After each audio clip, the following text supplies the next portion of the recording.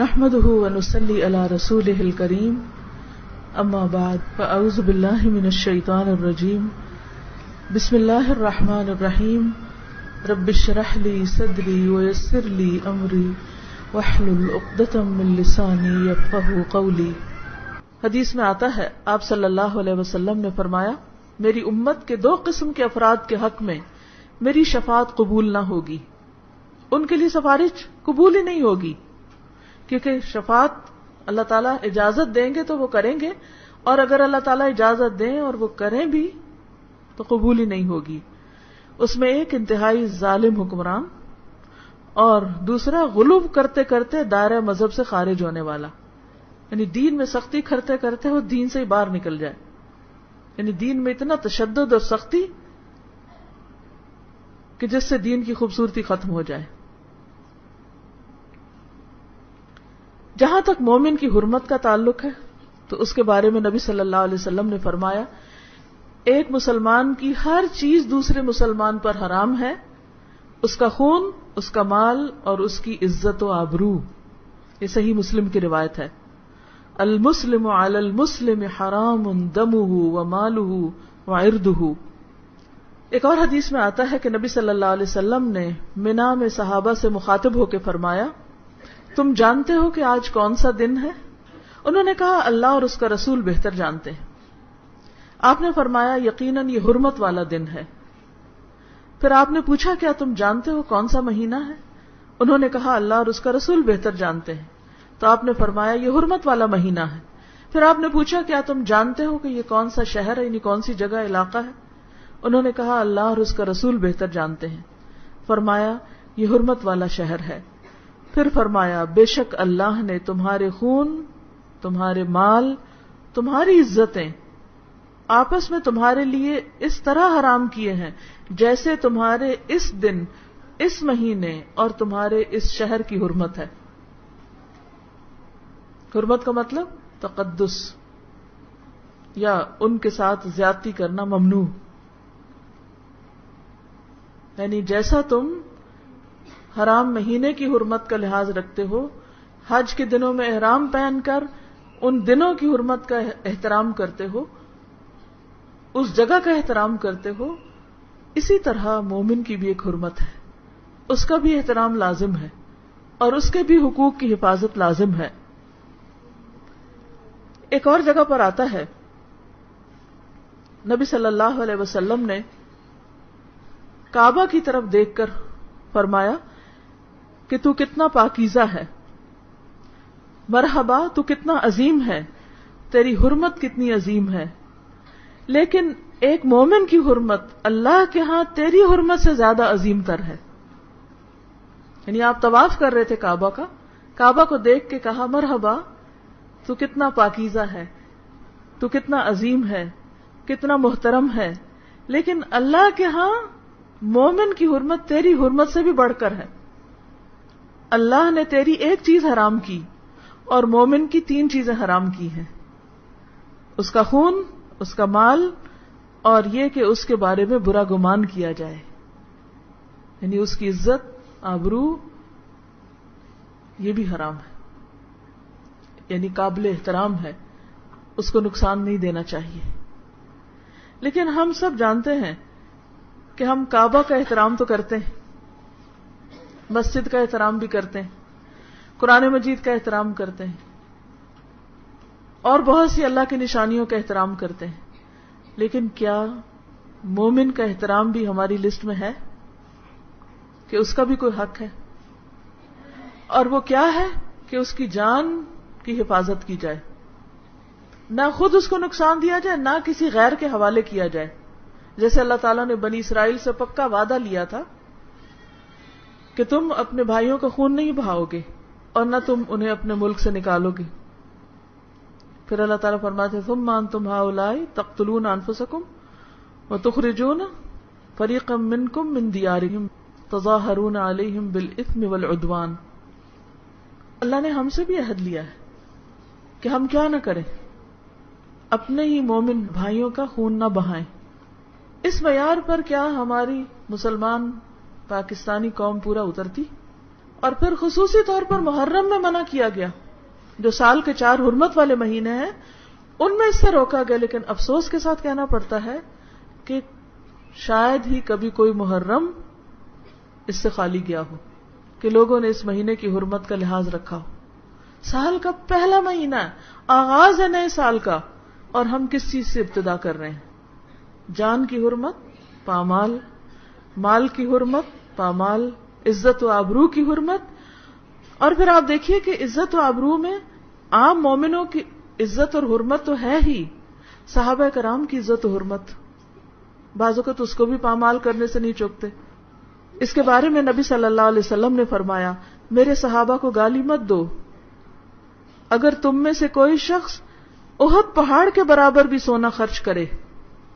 احد پہاڑ، آج کل سونا کتنا مہنگا ہے، آپ سب جانتے ہیں کہ اب سونا انتہائی مہنگا ہو چکا ہے، اور 1 تولہ بھی کوئی سونا اگر اللہ کے راستے میں خرچ کرے گا تو بڑی چیز ہوگی.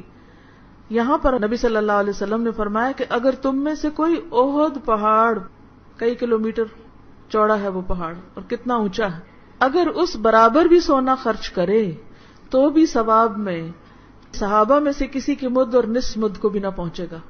یعنی جو کچھ صحابہ نے قربانیاں کی اور جس طرح نبی صلی اللہ علیہ وسلم کا ساتھ دیا اور جس طرح اپنے آپ کو تھکایا آپ کی مدد کرنے میں اپنے مشن کی تکمیل کے لیے، تم سب کچھ بھی اپنا خرچ کر ڈالو تو تم ان کے ثواب کو نہیں پہنچ سکتے. لہذا انہیں ہم کسی بھی طرح لان تان کا نشانہ نہیں بنا سکتے، ان سب کا احترام بھی ہم پر لازم ہے.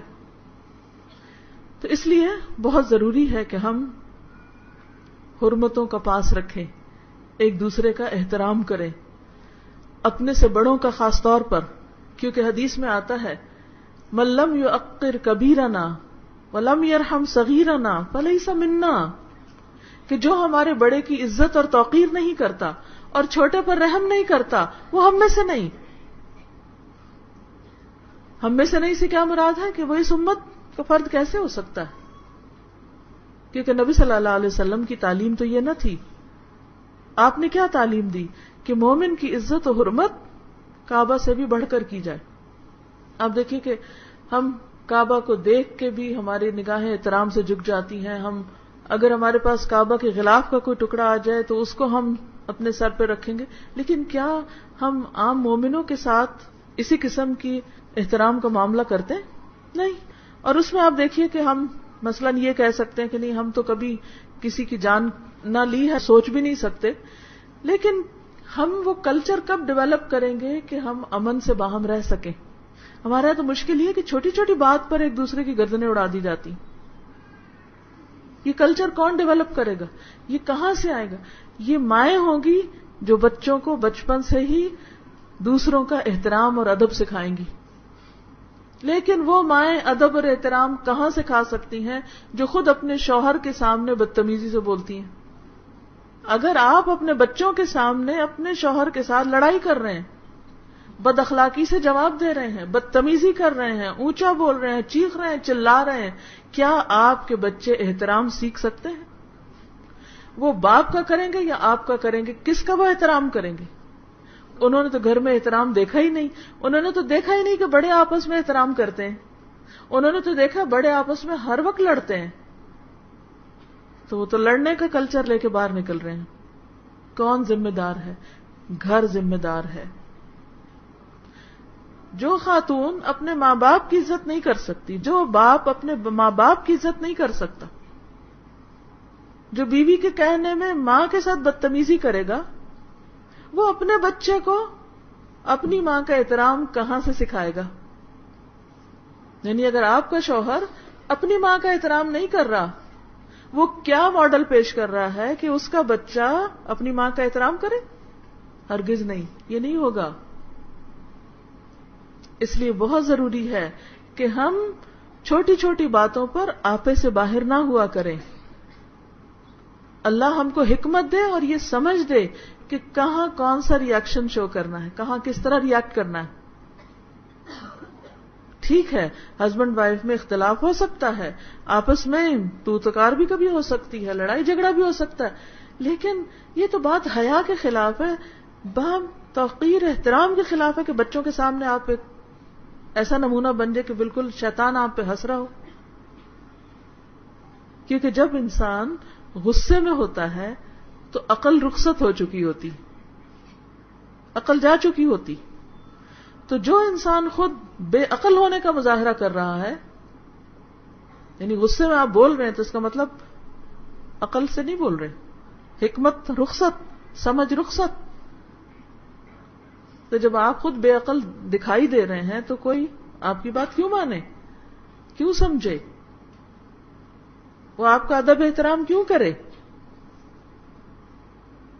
تو اس کا حل کیا ہے کہ انسان ایسے معاملات کو کسی اور وقت کے لیے اٹھا رکھے اور تھوڑی دیر اپنے آپ کو کنٹرول کر لے، تھوڑی دیر اپنے آپ کو روک لے. کچھ نہیں بگڑتا. مثلا کسی کی کوئی بات آپ کو بری لگی ہے، کسی نے کوئی غلط کام کیا ہے، تو وہی سارا چیخنا چلانا، برتن توڑنا، دروازے پٹکنا، یہ کیوں شروع کر دیا آپ نے؟ ذرا ٹھہر جائیں اور تھوڑی دیر کے بعد آپ بتائیں دوسرے کو کہ اس نے کیا غلط کیا ہے. ٹھیک ہے ہم انسان ہیں، کمزور ہیں، کبھی کنٹرول نہیں رہتا، ہو جاتا ہے ہم سے، لیکن اس کا یہ مطلب نہیں کہ ایک دفعہ ہو گیا تو بار بار یہی کرتے چلے جائیں. ہمیں اپنے آپ کو ان چیزوں سے روکنا ہوگا. تب احترام کا کلچر عام ہوگا. جب گھر سے احترام شروع ہوگا، جب ہم سے شروع ہوگا، جب نقطہ آغاز میری اپنی ذات ہوگی، جب میں ابتدا کروں گی اس کو کرنے کی، جب دوسرے کریں گے، جب یہ چیز عام ہوگی. تو اس لیے بہت ضروری ہے کہ ہم دوسروں کی جان اور اس کے بعد مال اور پھر عزت و احترام کا لحاظ اور پاس رکھیں. جہاں تک جان کی حرمت کا تعلق ہے، یہ بات ہر مسلمان کو پتہ ہونی چاہیے. وَمَن يَقْتُلْ مُؤْمِنًا مُتَعَمِّدًا فَجَزَاؤُهُ جَهَنَّمُ خَالِدًا فِيهَا وَغَضِبَ اللَّهُ عَلَيْهِ وَلَعَنَهُ وَأَعَدَّ لَهُ عَذَابًا عَظِيمًا. اور جو کوئی کسی مومن کو قصداً قتل کر ڈالے، اس کی سزا دوزخ ہے جس میں وہ ہمیشہ رہے گا. دوسرے کو تو مار کے تھوڑی دیر میں ہی فارغ ہو گئے، لیکن اپنے لیے کیا کمایا؟ اور اس پر اللہ کا غضب ہے، اللہ نے اس پر لعنت کی ہے. غضب اللہ علیہ ولعنہ. قاتل پر اللہ کا غصہ ہے، قاتل پر اللہ کی لعنت ہے، وہ اللہ کی رحمت سے دور ہے. وَأَعَدَّ لَهُ عَذَابًا عَظِيمًا. اور اللہ نے اس کے لیے بہت بڑا عذاب تیار کر رکھا ہے. جس کو یہ بات پتا ہو، کیا وہ کسی کے لیے اسلحہ اٹھائے گا پھر ناحق، ناروا، بے وجہ؟ کہ مقتول کو یہ نہ پتا اسے قتل کس لیے کر دیا گیا؟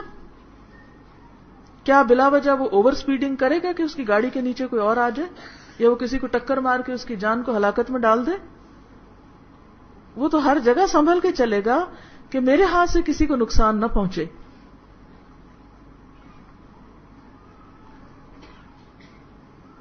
پھر آپ دیکھیں کہ ایک اور حدیث میں آتا ہے کہ ساری دنیا کا زوال اللہ کے نزدیک کم ہے مومن کے قتل سے. ایک مومن کا قتل ہونا اتنا بڑا جرم ہے کہ اس کے مقابلے میں اگر پوری دنیا بھی ختم کر دی جائے تو وہ کم ہے.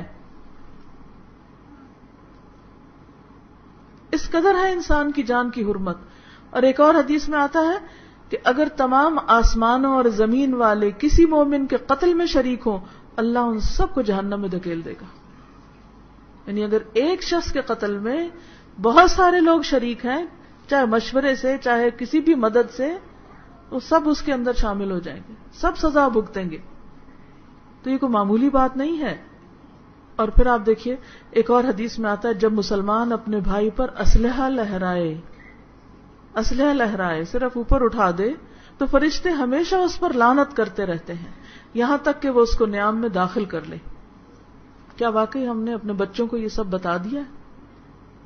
کیا ہمارے آس پاس کے لوگ جانتے ہیں کہ قتل کتنا بڑا جرم ہے؟ کسی دن کی اخبار اٹھا لیں آپ، بھری پڑی ہیں خبریں، چھوٹی چھوٹی بات پہ قتل ہو رہا ہے. چھوٹی سی بات کسی نے نہیں سنی، نہیں مانی، غصے میں آ گئے. یعنی کسی بھی چھوٹی سے چھوٹی اور بڑی سے بڑی بات کو عذر بنا کے خون بہانا تو ایک عام سی بات ہو گئی. فلا تظلموا فیہن انفسکم، اور پھر خود کو قتل کرنا، سوئسائڈ. لوگ سمجھتے ہیں کہ اگر ہم کسی مشکل میں ہیں کہ مطلوبہ جگہ پہ شادی نہیں ہوئی، یا کوئی کاروبار میں نقصان ہو گیا، یا پھر کوئی بزنس چلا گیا، یا کوئی جاب چلی گئی، تو بس اب کس لیے زندہ رہنا، بس ختم کرو خود کو اور مسئلہ حل کرو. لیکن آپ کو معلوم ہے کہ خودکشی کرنے والے کی سزا کیا ہے؟ دنیا کا کوئی مسئلہ اتنا بڑا مسئلہ نہیں ہے کہ جس کے نتیجے میں انسان اپنی جان ختم کر کے آخرت کا ہمیشہ کا عذاب مول لے لے. کیونکہ جو شخص جس چیز کے ساتھ خود کو مارے گا وہ جہنم میں اسی کے ساتھ بار بار خود کو مارتا رہے گا. اگر کسی نے بلندی سے خود کو گرایا تو وہاں بھی آگ میں ہوتے ہوئے بھی بلندی سے گرتا رہے گا.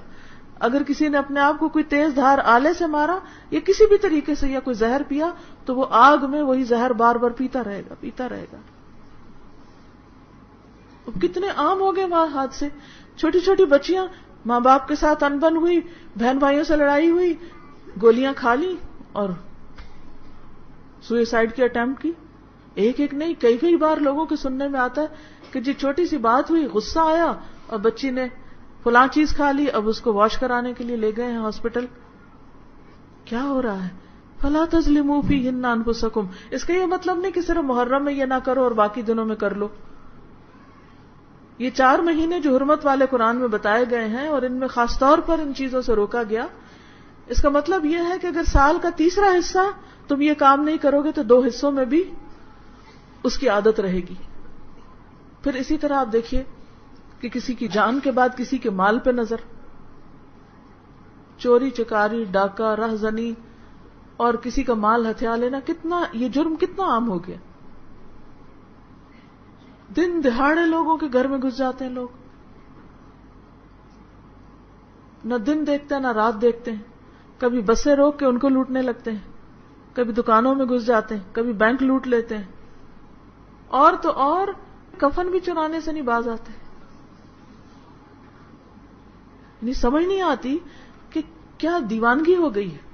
کیا ہم مسلمان ہیں؟ کیا ہمارا دین ہم کو یہی سکھاتا ہے؟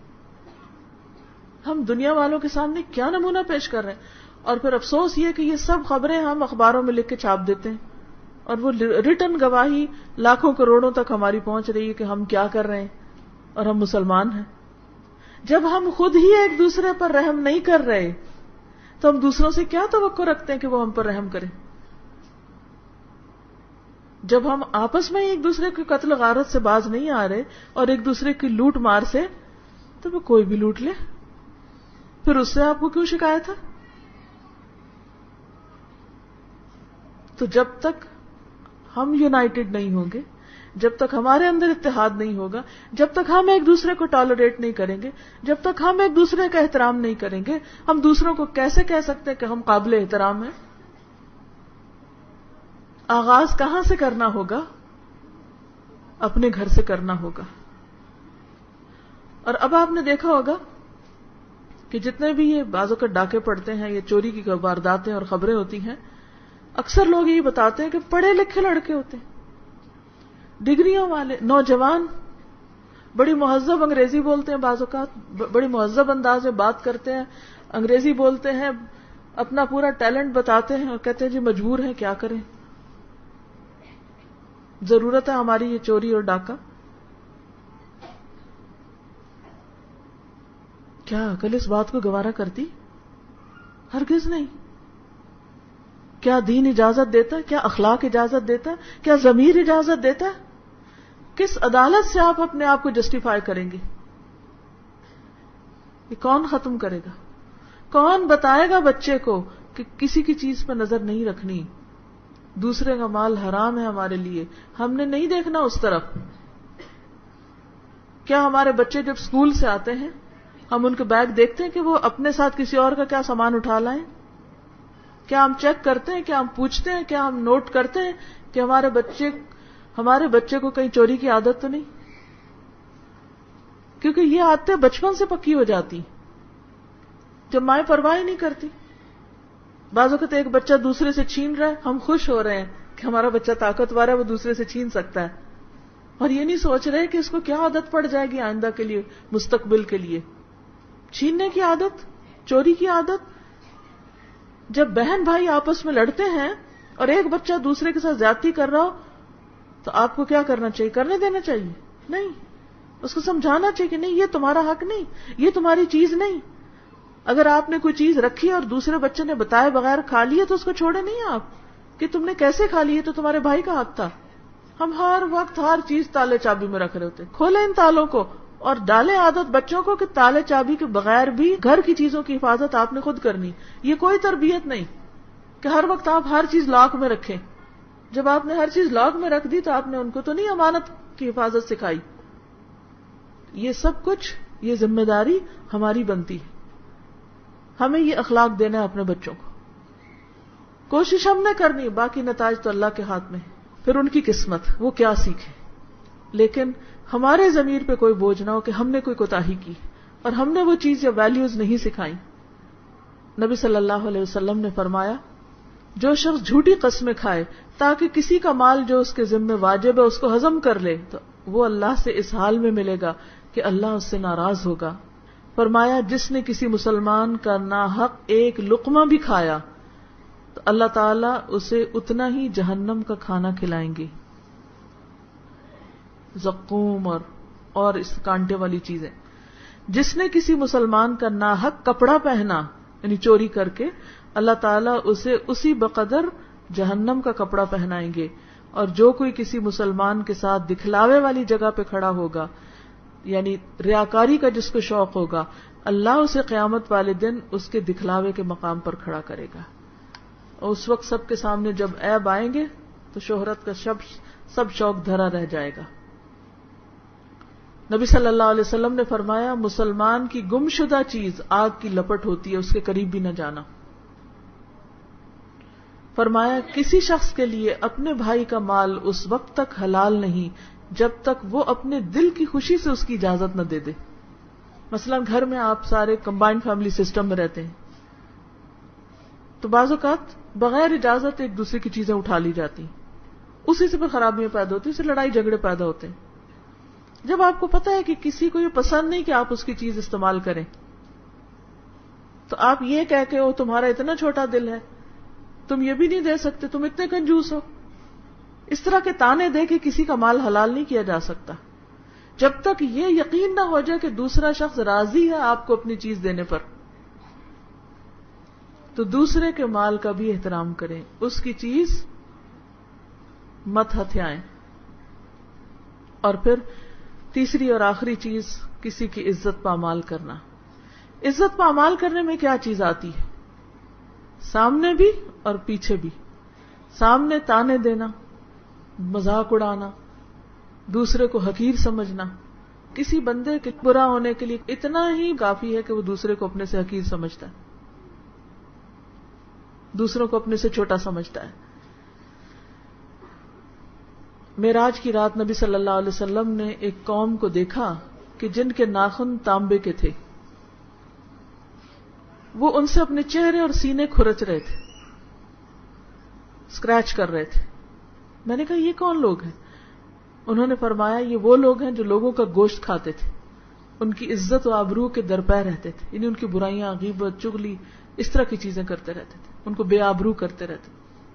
عام طور پر یہ ہوتا ہے نا کہ جب کوئی کسی کی تعریف کرے تو ہم جل بن جاتے ہیں، ہم پھر اس کی برائیاں شروع کرتے ہیں. ہاں یہ تو ہے مگر تمہیں نہیں پتا فلاں شخص کیسا اور کیسا ہے، ساتھ ہی کوئی اس کی برائی ڈھونڈ لیں گے. نبی صلی اللہ علیہ وسلم نے فرمایا سب سے بڑا سود یہ ہے کہ انسان ناحق کسی مسلمان کی عزت سے کھیلے. نبی صلی اللہ علیہ وسلم نے فرمایا جو شخص اپنے بھائی کی عزت سے اس چیز کو دور کرے گا جو اسے عیب دار کرتی ہے، اللہ تعالیٰ قیامت کے دن اس کے چہرے کو آگ سے دور کر دے گا. یعنی اگر ہم کسی کی عزت کی حفاظت کریں گے تو اللہ تعالیٰ قیامت کے دن ہمارے چہرے کو آگ سے بچا لے گا. اس لیے غیبت کرنا، چغلی کرنا، لوگوں میں پھوٹ ڈلوانا، کسی کو گھبراہٹ میں مبتلا کرنا، ڈرانا، خوف زدہ کرنا، گالی دینا، یہ سب چیزیں اس میں شامل ہو جاتی. کرنا کیا چاہیے کہ دوسروں کو احترام کی نظر سے دیکھیں، ان کی جان، ان کی مال، ان کی عزت کی حفاظت کریں. اور صرف زبان سے نہیں، صرف سامنے نہیں، پیچھے بھی، اور صرف سامنے اور پیچھے نہیں، دل سے بھی دوسروں کے بارے میں بدگمانیاں نکالیں. کیونکہ قرآن مجید میں اللہ تعالیٰ فرماتے ہیں اجتنبوا کثیرا من الظن، بہت زیادہ گمان سے پرہیز کرو، دوسروں کے بارے میں برا نہیں سوچا کرو. ان بعض الظن اثم، کیونکہ بعض گمان گناہ ہوتے ہیں. یعنی بعض اوقات دوسرے کے بارے میں برا سوچنا بھی گناہ ہے، اس میں بھی پکڑ ہوگی، اس میں بھی پوچھ ہوگی، اس لیے اس سے بھی بچنا چاہیے. ہم سوچیں کہ کتنی دفعہ ہم دوسرے کے بارے میں اس کی کسی چھوٹی سی بات کے اوپر ہم ایک برا گمان قائم کر لیتے ہیں اور پھر اس کو بڑھاتے جاتے ہیں، معاف نہیں کرتے، نکالتے نہیں ہیں، پھر اس میں بلٹ اپ ہوتا جاتا ہے، پھر وہ کسی بڑے آتش فشاں کی طرح پھٹتا ہے اور پھر تعلقات ختم ہو جاتے ہیں. اگر کسی بارے میں غلط فہمی ہو جائے تو دوسرے سے کلیئر کر لینی چاہیے یا معاف کر دینا چاہیے اور اس کی کسی خوبی پر نظر رکھنی چاہیے. تو یہ تو تھی چند باتیں محرم کی حرمت کے اعتبار سے جو ہمیں اپنی عملی زندگی میں لانی ہے. اس کے ساتھ ہی یہ ہے کہ 10 تاریخ کا روزہ جو ہے محرم کا، وہ 1 سال کے گناہوں کی معافی کا ذریعہ ہے. اس میں صحابیات جو تھی صرف خود ہی روزہ نہیں رکھتی تھی، بچوں کو بھی روزہ رکھواتی تھی. وہ کہتے کہ ہم ان کو اون کے کھلونے دے دیتے تھے، جب وہ روتے تھے بہلاتے تھے حتیٰ کہ افطار کا وقت ہو جاتا. اور ہم کہتے ہیں ابھی بچہ ہے، چھوٹا ہے، ابھی تو ہم خود بھی خود کو چھوٹا ہی سمجھتے رہتے ہیں اور کبھی کوئی بہانہ کر لیتے ہیں، کبھی کوئی فرض روزے بھی پورے نہیں کرتے، قضا کہاں یہ کہ نفل رکھیں گے. لہٰذا اگر آپ ارادہ کر لیں گے، نیت کر لیں گے تو انشاءاللہ اللہ تعالیٰ اس کے لیے اس پر عمل کی بھی توفیق دے دیں گے. تو اللہ تعالیٰ ہم سب کے عمل کو بہتر بنائے اور ہمارے اندر وہ اخلاق پیدا کر دے کہ جو واقعی ہمیں اللہ کا محبوب بنا دے. یہ کسی نے لکھا ہے کہ ہمارے گھر میں ڈاکہ پڑا، سب زیور پیسہ لے گئے، کوئی دعا بتائیے جس سے بہتری پیدا ہو اور سامان مل جائے. ہم مزدور لوگ ہیں، بیٹی کی شادی کا سامان اکٹھا کیا تھا مگر ڈاکو ایک ایک چیز لے گئے ہیں. اللہ تعالیٰ آپ کی مدد فرمائے اور آپ کو پہلے سے بھی بہتر عطا فرمائے. جب بھی ایسی کوئی تکلیف ہو تو انا للہ و انا الیہ راجعون کثرت سے پڑھیں. اللہم اجرنی فی مصیبتی واخلف لی خیرا منہا، کہ اللہ میری اس مصیبت کا مجھے اجر عطا فرما اور مجھے اس سے بہتر دے، یعنی جو تو نے لیا اس سے بہتر نعم البدل عطا فرما، کیونکہ سارے خزانے تو اللہ کے ہاتھ میں ہیں. دعا کر لیتے ہیں تھوڑی سی. یہ بتانا چاہوں گی کہ جو لیکچر میں نے آج دیا ہے اسی موضوع پر اس سے زیادہ حدیثوں کے ساتھ یہ لیکچر ریلیز ہو چکا ہے، محرم الحرام اور احترام انسانیت. CD آج موجود ہے، خود بھی سنیں اور زیادہ سے زیادہ اور لوگوں کو دیں، اور خصوصاً جیسے ایسی جگہوں پہ چلوائیں کہ جہاں لوگوں کو ان باتوں کا علم ہی نہیں اور وہ جہالت کی وجہ سے اتنے بڑے بڑے جرائم کر رہے ہیں. تو انشاءاللہ اس کلچر کو بدلنے میں کچھ نہ کچھ ہماری کوشش اور وہ بھی داخل ہو جائے گی. اس کے علاوہ محرم کے بارے میں ایک اور بھی ہے، سال نو کا پیغام. یہ پچھلے سال کا ہے، پچھلے سالوں میں سے کسی سال کا ہے. اور عشر ذوالحج کا جو لیکچر آپ کو دیا گیا تھا وہ بھی ریلیز ہو چکا ہے، افضل ایام میں افضل اعمال. اس کے علاوہ بھی اسٹال لگا ہوا ہے باہر، آپ اپنی اپنی ضرورت کے مطابق جو لینا چاہیں وہاں سے لے سکتے ہیں. اب ہم دعا کر لیتے ہیں. اور یہ پیمفلٹ بھی ہے محرم الحرام کے بارے میں، یہ بھی آپ دوسروں کو اسکولوں میں، کالجوں میں، مختلف جگہوں پر جب وہاں لوگ ہوتے ہیں، بیوٹی پارلرز وغیرہ، بیکریز اور جہاں جہاں وہاں رکھوا بھی سکتے ہیں، لوگوں کو دے بھی سکتے ہیں. کیونکہ جو اچھی بات خود کو پتہ چل جائے اسے دوسروں تک پہنچانا بھی لازم ہے تاکہ دوسرے بھی اس گناہ سے بچ سکیں. اگر آپ کی وجہ سے، آپ کی ایک بات سنانے یا پہنچانے کی وجہ سے ایک شخص کی بھی جان بچ جاتی تو آپ کو معلوم ہے اس کا کتنا اجر ہے. جس نے ایک زندگی بچائی گویا اس نے ساری انسانیت کو بچایا. ایک شخص جو غلط کام کرنے جا رہا تھا اس نے اللہ کا حکم سن لیا کہ قاتل پر اللہ کا غضب اور لعنت ہے اور وہ اس سے باز آ گیا. کریڈٹ کس کو جائے گا؟ جس نے وہ بات اس تک پہنچائی. ہم مختلف طرح کے صدقہ خیرات کرتے رہتے ہیں لیکن خیر اور بھلائی کے کاموں میں آپ یوں سمجھیں کہ یہ آپ کی جان کا صدقہ ہے جو ایک CD آپ کسی کو دے کے لگوا کے ان لوگوں تک آپ خیر پہنچا سکیں. سبحان اللہ والحمد للہ ولا الہ الا اللہ واللہ اکبر ولا حول ولا قوة الا باللہ العلی العظیم. اللہم صل علی محمد وعلی آل محمد کما صلیت علی ابراہیم وعلی آل ابراہیم انک حمید مجید. اللہم بارک علی محمد وعلی آل محمد کما بارکت علی ابراہیم وعلی آل ابراہیم انک حمید مجید. ربنا آتنا فی الدنیا حسنہ وفی الآخرۃ حسنۃ وقنا عذاب النار ربنا لا تزغ قلوبنا بعد إذ هديتنا وهب لنا من لدنك رحمة إنك أنت الوهاب ربنا هب لنا من أزواجنا وذرياتنا قرة أعين واجعلنا للمتقين إماما یا حی یا قیوم برحمتک نستغیث۔ یا اللہ جو کچھ ہم نے سنا ہے ہمیں اس پر عمل کی توفیق عطا فرما۔ اللہ تو ہمارے دلوں کو اچھا کر دے، ہمارے اندر سے دوسروں کے لیے بدگمانیاں نکال دے۔ یا اللہ ہمارے دلوں کو خوبصورت بنا دے، ہمیں صبر کی توفیق عطا فرما۔ جو چیزیں ہمارے راستے میں مشکل ہیں یا اللہ ہمیں اس کے بدلے ہماری آخرت کی مشکلات آسان فرما دے۔ یا اللہ ہمیں اپنا حق اور بندوں کا حق ادا کرنے کی توفیق عطا فرما۔ یا رب العالمین ہمیں نبی صلی اللہ علیہ وسلم کے مشن کو آگے بڑھانے کی توفیق عطا فرما۔ اللہ ان اچھی اچھی باتوں کو جو کتابوں میں بند ہیں لوگوں کے دلوں تک پہنچانے کی توفیق عطا فرما۔ یا اللہ تو ہمارا عمل بدل دے، یا اللہ ہمارا اخلاق اچھا کر دے، ہمارے معاملات اچھے کر دے، ہمیں دوسروں کا ادب احترام کرنے کی توفیق دے۔ یا اللہ ہمارے بیماروں کو صحت کاملہ عطا فرما، دکھی لوگوں کے دکھ دور فرما، سب پریشان حالوں کی پریشانی دور کر دے۔ جتنی بہنیں آئی ہیں ان کے دلوں میں جو دعائیں اور نیک تمنائیں ہیں یا اللہ ان کو پورا کر دے، ان سب کو اجر عظیم عطا فرما۔